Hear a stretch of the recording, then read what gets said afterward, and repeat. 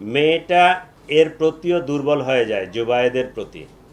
এই এখন তো ওই যে মাইন্ড হচ্ছে টিল্টিং, যখন মাহিরের কাছে যায় তখন মাহিরের, যখন জুবায়েদের কাছে যায় তখন জুবায়েদের।